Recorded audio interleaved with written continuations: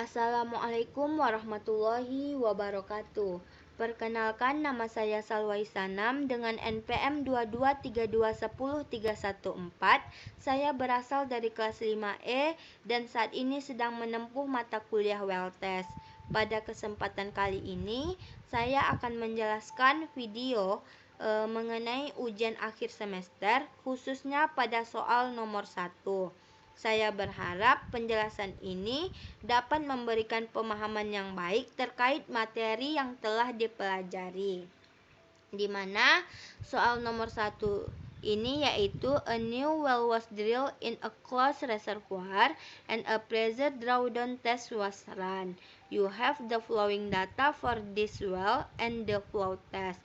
Di mana pada soal nomor 1 telah diketahui data QO-nya sebesar 500 stock tank barrels per day, kemudian nilai BO-nya sebesar 1,2 reservoir barrels per stock tank barrels, kemudian nilai viskositasnya yaitu 0,8 centipoise, nilai porositasnya yaitu 0,2 fraction, nilai H-nya yaitu 56 feet, nilai CT-nya yaitu 0,00001 PSI pangkat minus 1, kemudian nilai RW-nya yaitu 0,3 feet, dan nilai PI-nya yaitu 2953 PSIG.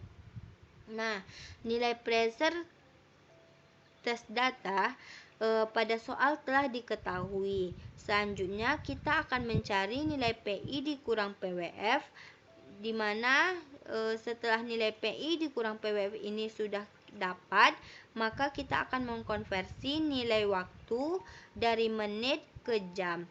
Dan inilah nilai waktu dalam satuan jam yang telah dikonversi. Kemudian selanjutnya kita akan menjawab pertanyaan-pertanyaan berikut ini, di mana pada pertanyaan pertama yaitu estimate when the wellbore storage period ends. Nah, pertama kita tuh akan membuat grafik yang menampilkan hubungan antara nilai PI dikurang PWF dan waktu. Pada pertanyaan pertama tadi diminta untuk memperkirakan kapan periode wellbore storage-nya berakhir. Nah, maka dari itu saya akan menjawab wellbore storage berakhir pada titik 1,64 yang dapat dengan mudah dilihat pada grafik ketika sebuah garis lurus ditarik.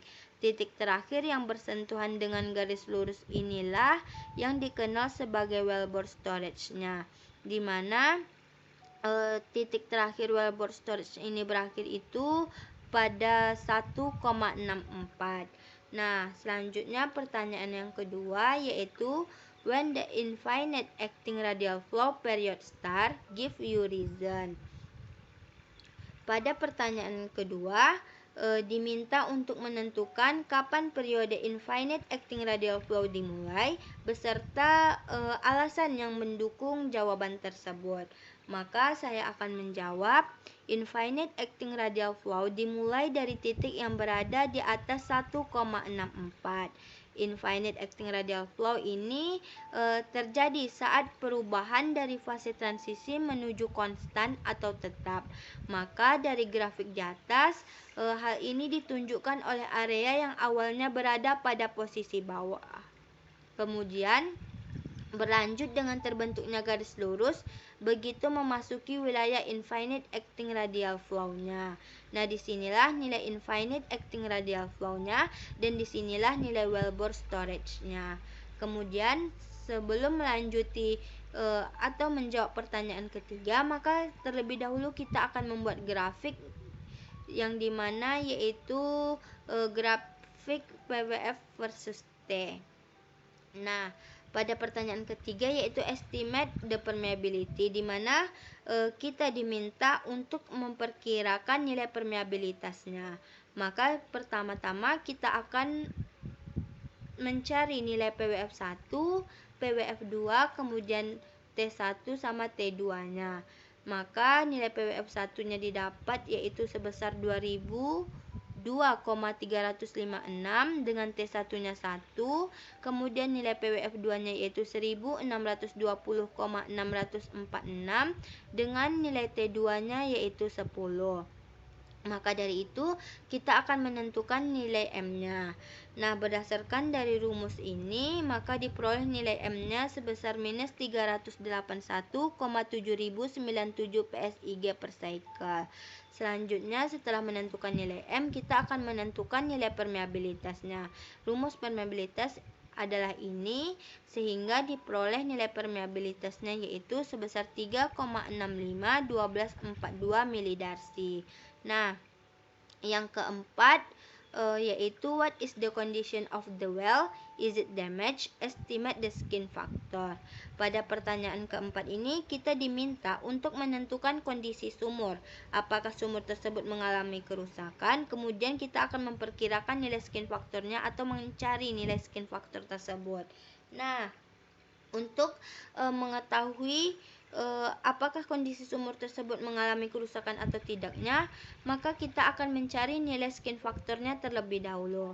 Dan inilah rumus untuk mencari nilai skin faktor, sehingga diperoleh nilai skin faktor sebesar minus 1,940802. Maka setelah nilai skin faktor telah dapat, disitulah kita bisa menentukan kondisi sumur, apakah sumur tersebut mengalami kerusakan atau tidak.